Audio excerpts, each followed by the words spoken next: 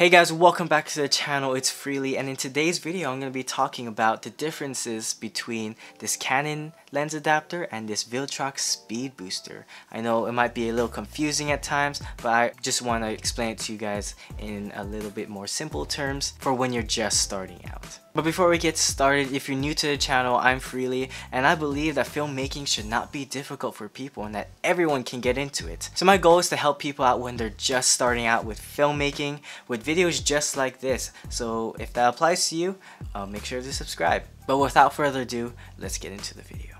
So let's start off with the Canon lens adapter. So this lens adapter is purely just for adapting your DSLR lenses to your mirrorless camera. So this is an EF to EF-M lens mount. So if you're coming from DSLR and you want to adapt your old lenses to mirrorless, you can take this adapter and put it on your camera, and then that allows you to use your old lenses with your mirrorless camera. So it's purely just for adapting, and it doesn't add any extra quality. It's literally just a hole. You can stick your finger through it, and it just allows the EF mounted lens onto your EF-M mounted camera. That's the Canon lens adapter. And the next thing here is the Viltrox Speedbooster. So the cool thing with this Speedbooster, there's like this piece of glass in between here, and if I stick my finger in it, my finger wouldn't go through.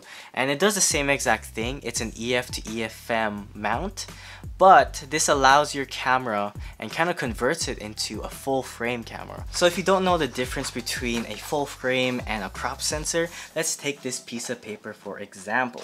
So a full frame sensor is kind of like using this piece of paper as your canvas. So when you look through the viewfinder of a full frame camera, it's like having this entire white piece of paper as your canvas. But when you have a crop sensor camera, it's like taking this full piece of paper on a full frame, but then kind of like cropping it down, kind of like this. This is a full frame right now, but when you have a crop sensor, it's kind of like having a smaller frame. Hence the name crop. It's a little bit cropped. I know that's a very simplistic way of explaining crop sensor and full frame, but that's generally how I think of it, and it's helped me understand full frame and crop sensor really easily. So what the Viltrox Speedbooster does that the Canon adapter doesn't is that it changes your crop sensor like mirrorless camera, like the M50 I'm shooting on right now. It kind of converts it into a full frame camera due to that glass right in there in the middle. So there are pros and cons with both of these. So first of all, the pros with this one is that it's going to be a lot cheaper. When it first came out, this was about $200. Now it's, I think, like $100 US. The price fluctuates. I did buy this one used, and when you buy it used, it's a lot cheaper. Just make sure to buy the one that has like some kind of return policy, just in case you buy it and there's something wrong with it. The cons for this one is that it's purely just for adapting. It doesn't really add much to your image. It doesn't make it full frame, kind of like the Speedbooster does, but it's purely just for adapt. So the con for both of these is that it's going to add extra bulk to your camera. So when you have to mount this along with your old lenses, it's gonna make your setup just a lot harder to hold, and it kind of detracts from the portability that these small mirrorless cameras have. So one of the pros with the Speedbooster is that it allows more light to hit the sensor, therefore allowing for more sharp images because you can drop the ISO a little bit lower. That's just one of the pros. And like I said earlier, it takes your crop sensor mirrorless camera and then it makes it into a full frame, and it's actually really cool. And if you know anything about this Viltrox Speedbooster, you might know that it drains your battery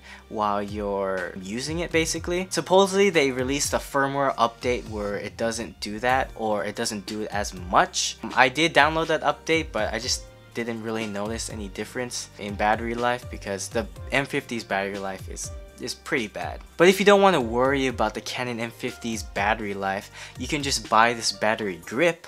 I've been using this for quite a while, and I'll be making a video about it very soon, so stay tuned for that. But yes, if you're ever gonna buy the Viltrox, make sure you update it to the latest firmware to prevent it from draining battery from your camera. So one of the cons with the Viltrox Speedbooster is that it's going to be more expensive than the Canon adapter. Last time I checked, it was like 170 USD, but I'm not too sure. I haven't seen it in a while. But do check the links in the description if you want more info on that. But when you think about it, just spending like 170 or just like $100 on one of these adapters can save you a lot of money in the long run, so you don't have to be buying all these new mirrorless versions of lenses you already have, because I know some of these are like 300 to like 500 and even more. So dropping about 150 on one of these will save you quite a bit of money.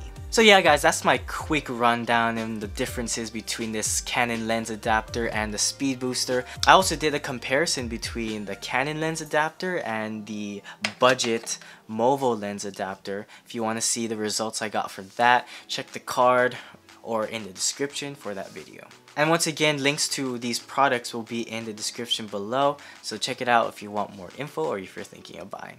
If you guys have any more questions about the Canon lens adapter and the Speedbooster, make sure you leave them down in the comments below and I'll try to respond to every comment that you leave there. So yeah, ask away. So have you picked up the Speedbooster or the Canon lens adapter? If you have, let me know your thoughts in the comments below and what you think of it so far. But with that said, make sure you subscribe for more videos just like this and hit the notification bell to be notified whenever I post something new. But other than that, thank you guys for watching and I'll see you guys in the next one.